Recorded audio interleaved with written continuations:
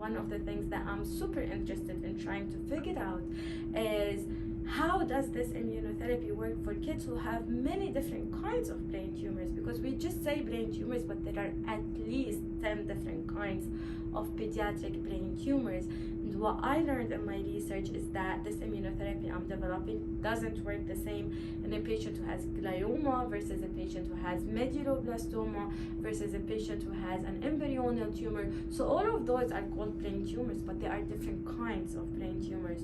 So this is one of the challenges that keeps me on my toes and that I'm hoping to answer with my research.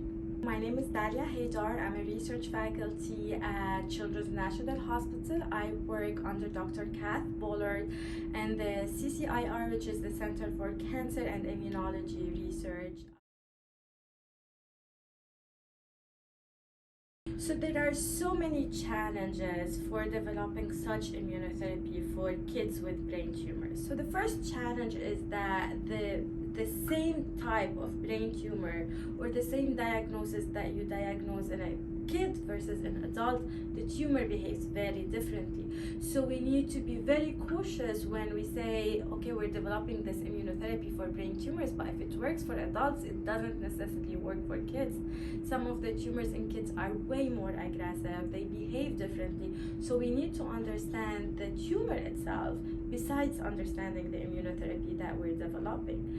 But also the other challenge that is, so this CAR T-cell immunotherapy is a very expensive therapy. It's not like a pill, or it's not like being in a machine where you're taking radiotherapy. It's taking the patient's own immune cells, kind of like a bone marrow transplant, and putting it in the lab, re-engineering the cells without transforming them into a cancer cell, and enabling those immune cells to attack the cancer and then putting them back into the patient. So there's a lot of steps that you have to take to make sure that you don't artificially harm those cells or introduce any kind of contamination before putting them back into the patient.